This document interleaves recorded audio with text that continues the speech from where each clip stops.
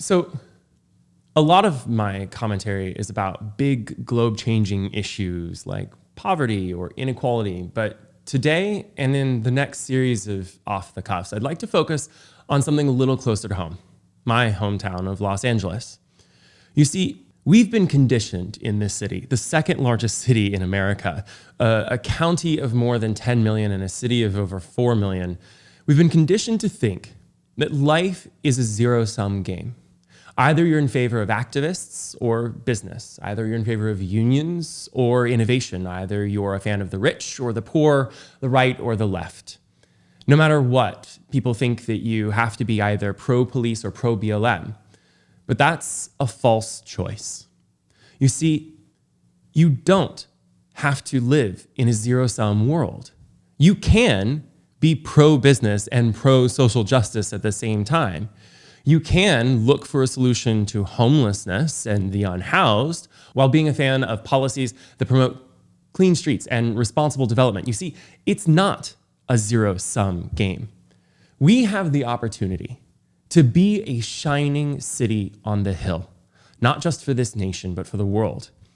We're the second largest city in this country. We're one of the largest metropolises on the planet. And in 2028, the globe's eyes will be on us as we play host to the Olympics. So what message are we sending? I would like to say that we all need to stop listening to the people out there who are telling us that we have to fall on one side of the equation or the other and start being reasonable. And start from where we agree about being reasonable. You see, homelessness, to take one issue, is an intractable problem. It's difficult, it's challenging, it's tragic. But we're not going to bulldoze everybody off the street, and we're not going to hand everyone a blank check. We need to start where we agree, which is that no matter what side of the aisle or side of policy you fall on, none of us want to see another tent on the streets. All of us agree that homelessness is a problem. We also all generally agree that the solution is housing, employment, education, and prevention, right? We need to provide the resources to people who are homeless, who want help, to get that help, and we need to prevent new people from becoming homeless. These are simple, basic policies.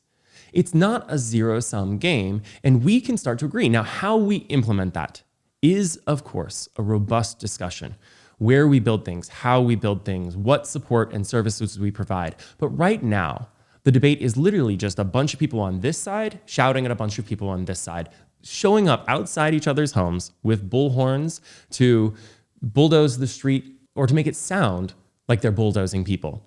It doesn't matter if you're showing up to a city council member's house or to a grassroots activist protest or to the endless camps downtown of homeless.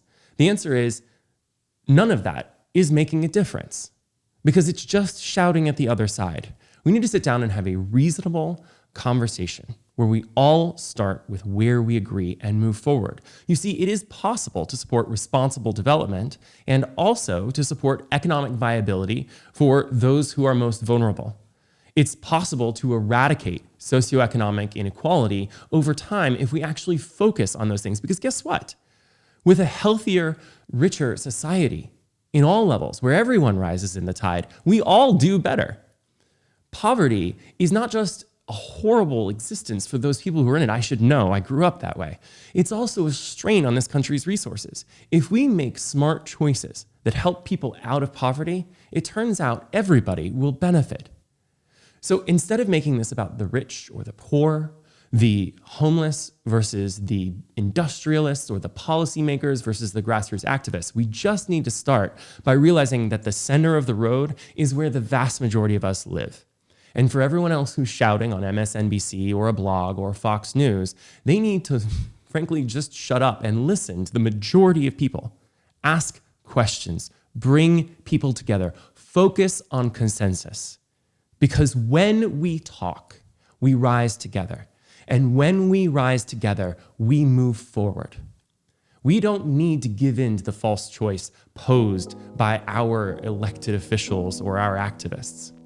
We can embrace the real choice, which is the choice to listen, the choice to engage, the choice to be respectful, and the choice to find consensus that moves us all forward. That's the way we rise together. Thank you. Thanks for tuning in to The World According to Craig.